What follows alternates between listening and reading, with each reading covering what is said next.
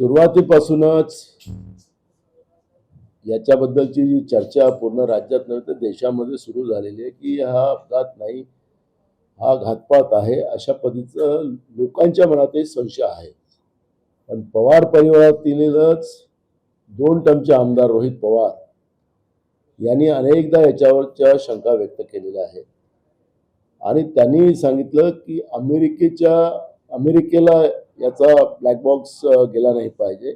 Canada असेल, London असेल, अनेक देशाची त्यांनी नावं सांगितली. याच्या माध्यमातून ती चौकशी व्हावी ही सुरुवातीपासूनच त्यांची भूमिका राहिलेली आहे. मी आपल्याला या निमित्तानं सांगेन की अगर हा घातपात असेल तर मग या देशामध्ये कोणीच सुरक्षित नाही. ना राजकीय माणूस सुरक्षित आहे, ना सर्वसामान्य माणूस सुरक्षित आहे. याच्याबद्दलची ज्या पद्धतीची सुई रोज कोणी ना कोणी संशयाच्या भोवऱ्यात याच्याने आणताना आपण पाहतोय. आपण आता स्वतः राज्याचे उपमुख्यमंत्री आणि अजित पवारांच्या मिसेस सुमित्रा पवार यांनी सीबीआय चौकशी मागितलेली आहे. पण या केंद्रातल्या एजन्सीवर आता कोणाचा भरोसा राहिलेला नाही आणि म्हणून पवार कुटुंबातले रोहित पवार यांनी ज्या काही मागण्या केल्या त्या मागण्या सरकारने पुढे येऊन त्या पद्धतीची ही चौकशी करावी.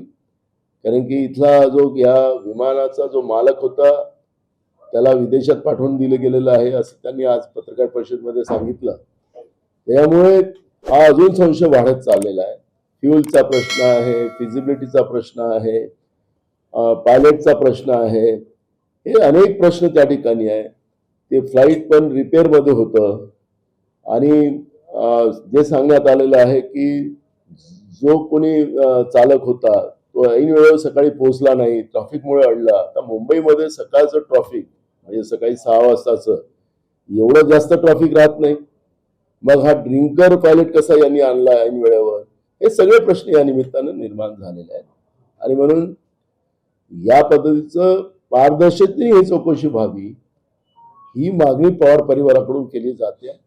आणि आम्ही पण या ठिकाणी हेच म्हणू की सगळ्या विमानात अगर सुरक्षित नसेल आणि विमानात या पद्धतीचा घातपात घडवला जात असेल, गुजरातमधलं जे लंडनला जाणारं जे विमान होतं त्याचं अजूनही केंद्र सरकारकडून चौकशी पूर्ण झालेली नाही, त्याची पाहिजे तशा पद्धतीची माहिती आलेली नाही. मग विमानात घातपात केला जातोय का, हा प्रश्न या निमित्तानं निर्माण झालेला आहे.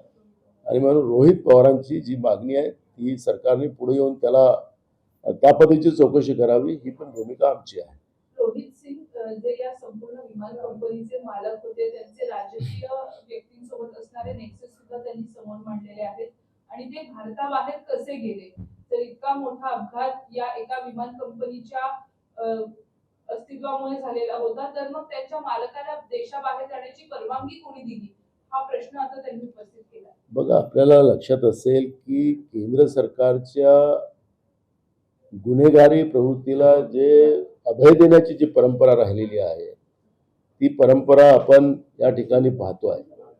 गोव्यामध्ये क्लबमध्ये आपल्या झालेला मधल्या काळातला बॉम्ब स्फोट आणि त्याच्यातून त्याचा मालक विदेशात गेलेला आपण पाहिलेलं होतं.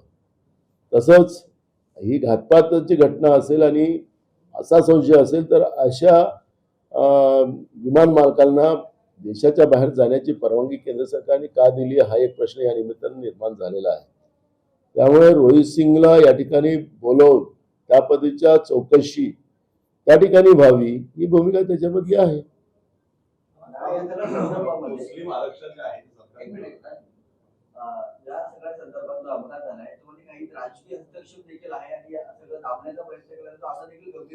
बघा, जी घटना गुजरातच्या माजी मुख्यमंत्र्यांच्या सोबत गुजरातमध्ये जी घडली लंडनला जात असलेल्या विमानामध्ये, त्याची अजूनही ती चौकशी पुढे आलेली नाही. वास्तविकता त्या ठिकाणी पुढे आलेली नाही. तीच भीती महाराष्ट्रामधली राज्याचे तत्कालीन उपमुख्यमंत्री अजित पवार यांचा जो मृत्यू या विमान अपघातामध्ये झालेला आहे त्या पद्धतीची चौकशी दबून राहू नये ही भूमिका त्या कुटुंबातली लोक मागतात आहेत, रोहित पवार मागते आहे. त्यामुळे या चौकशीला त्या पद्धतीचं पुढे जाण्याची भूमिका सरकारने घ्यावी. सर काल राज्य सरकारने शासन निर्णय काढलाय आणि मुस्लिम आरक्षण रद्द केलेलं आहे. बघा, राज्य सरकार द्वेषपूर्ण पद्धतीनं सत्ता चालवत आहे याची कोणालाही शंका नसावी आणि हा काही आरोप नाही, ही वस्तुस्थिती आहे. शपथ घेत असताना मग मुख्यमंत्री पदाची असो मंत्रिपदाची असो आम्ही सगळ्यांच्या बद्दल ममत्व ठेवू, कोणाबद्दलही द्वेष करणार नाही अशी भूमिका शपथ घेताना हे लोक घेतात, संविधानावर हात ठेवतात. पण त्याच संविधानाला मुठभाती देण्याचं पाप राज्याचं आणि केंद्राचं सरकार करताना आपण पाहतोय. माननीय उच्च न्यायालयाने दिलेल्या आदेशाचंही पालन ते करायला तयार नाहीत आणि त्याच्यामुळे द्वेषपूर्ण व्यवस्थेच्या माध्यमातून ही मुस्लिम आरक्षणाची कारवाई केलेली आहे असं आम्ही म्हणतो.